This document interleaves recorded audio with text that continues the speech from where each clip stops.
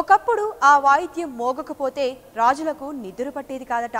ఆ సంగీతాన్ని వీణుల విందుగా వినిపించే కళాకారులకు రాజ్యంలో ప్రత్యేక గుర్తింపు ఉండేదట. ప్రస్తుతం రాజులు పోయారు, రాజ్యాలు పోయాయి. వారితో పాటే ఆ కళకు ఆదరణ కరువైంది. సాక్షాత్తు రాష్ట్రపతి ప్రశంసలు పొందిన ఆ సంగీత పరికరాలు మాయమైపోతున్నాయి. దాన్ని మోగించే కళాకారులు కనుమరుగైపోతున్నారు. ఆదిలాబాద్ గిరిజన జాతరల్లో అప్పుడప్పుడు మెరుస్తోన్న సంప్రదాయ కికిరి వాయిద్యంపై 99 టీవీ స్పెషల్ రిపోర్ట్.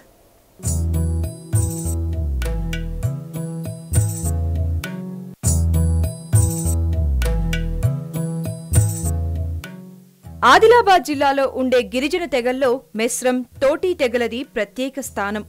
గతంలో ఆదిలాబాద్ జిల్లాను గోండు రాజులు పాలించిన రోజుల్లో వీరు ఆ రాజాస్థానాల్లో ఢిక్కీ, కికిరి వాయిద్యాన్ని మోగిస్తూ ఆస్థాన కళాకారులుగా గుర్తింపు పొందారు. అలాగే మాజీ రాష్ట్రపతి శంకర్ దయాళ్ శర్మతో పాటు పలువురు ప్రముఖులు వీరి సంగీతానికి ముగ్ధులై ప్రశంసల వర్షం కురిపించారు. మెస్రం తెగ, తోటి తెగల కికిరి వాయిద్యం గురించి గోండు భారతంలో సైతం పొందుపరిచారు.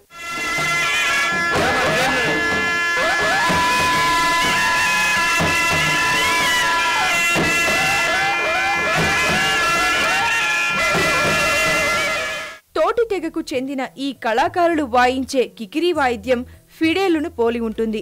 దీన్ని మర్రి చెట్టు కర్రతో తయారు చేస్తారు. ఈ వాయిద్యానికి ఉన్న తీగలను గుర్రపు తోకలోని వెంట్రుకలతో తయారు చేశారు. ఇలా తయారైన పరికరం ఎంత చక్కటి సంగీతాన్ని వినిపిస్తుందో చూడండి.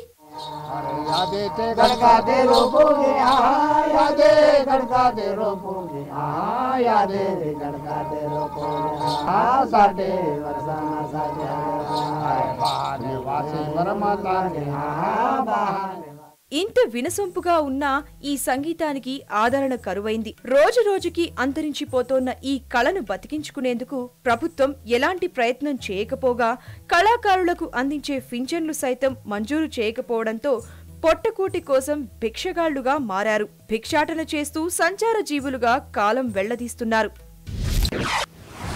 ఎసలాపూర్ జాతర అనేటటువంటిది ఇది ఆదివాసుల యొక్క సాంప్రదాయానికి, సంస్కృతికి ప్రతీకగా ఉన్నది. ఈ గోండి ధర్మం ఎప్పటి నుంచి అయితే ఆరంభమైందో అప్పటి నుంచి ఇక్కడ పూజ చేయడం అనేటటువంటిది ఆనవాయితీగా.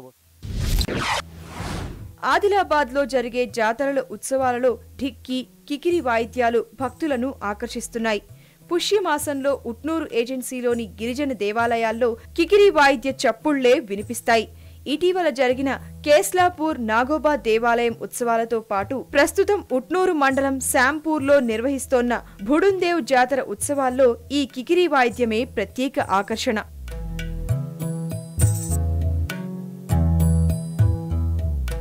తెలంగాణ సంస్కృతి సంప్రదాయాలను కాపాడుతామని ప్రకటిస్తున్న టీఆర్ఎస్ సర్కార్ అంతరించిపోతోన్న ఈ కళను ఆదుకోవాలని, ప్రభుత్వ పథకాలను మంజూరు చేసి తమను ఆదుకోవాలని కికిరి, ఢిక్కీ కళాకారులు విజ్ఞప్తి చేస్తున్నారు.